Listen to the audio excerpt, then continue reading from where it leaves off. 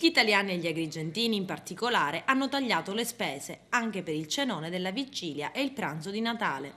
Nonostante il 9 su 10 abbiano scelto di restare a casa con amici e parenti, fa sapere la Coldiretti, in tavola sono arrivati 2,3 miliardi di euro di cibi e bevande, con un crollo del 18% rispetto a quanto speso lo scorso anno.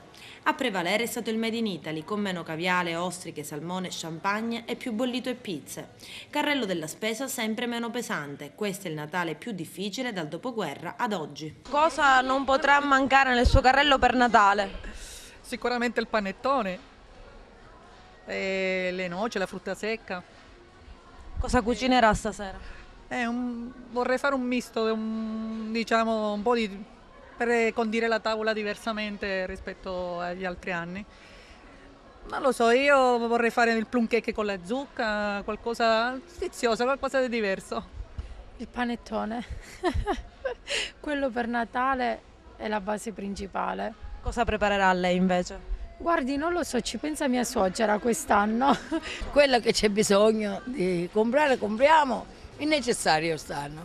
Il solito pranzo tradizionale con lasagne, un secondo di carne, un tris, insomma, a base di carne. Questo qua. Il panettone che non può mancare. Spero che il panettone non manca a nessuno. E i giochi per il nipotino che ancora stiamo cercando. Cosa non può mancare? Almeno il panettone, perlomeno tutte le cose essenziali e fondamentali per le festività natalizie, naturalmente, no? Quindi non c'è niente che deve mancare, deve essere tutto presente perché evidentemente nell'occasione occorre arricchire la tavola, naturalmente. Lo stretto necessario perché la crisi è tanta e quindi faremo una cena normale perché non si può di più. Qual è il prodotto più venduto, più battuto per questo Natale? Sicuramente i giocattoli, di tutti i generi ovviamente. Secondo posto?